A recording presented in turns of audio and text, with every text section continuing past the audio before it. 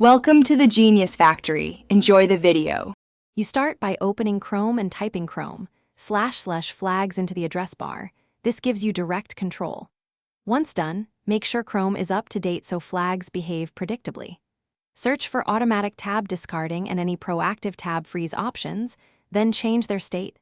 Set discard to disabled.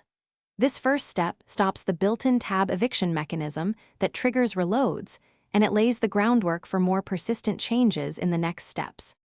Next, address Chrome settings and system-level policies so the change sticks.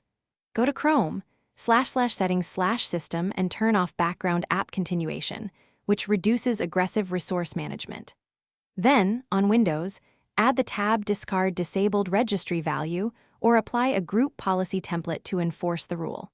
For Mac OS or Linux, place the equivalent policy JSON or PLIST entry in the managed policy path. These steps tell the OS and Chrome that tabs should not be evicted automatically, which prevents reloads when you return. Finally, restart Chrome and test by opening multiple tabs. Observe whether tabs remain in memory when idle. If you still see reloads, disable extensions and test in guest or incognito mode to isolate extensions that trigger reloads.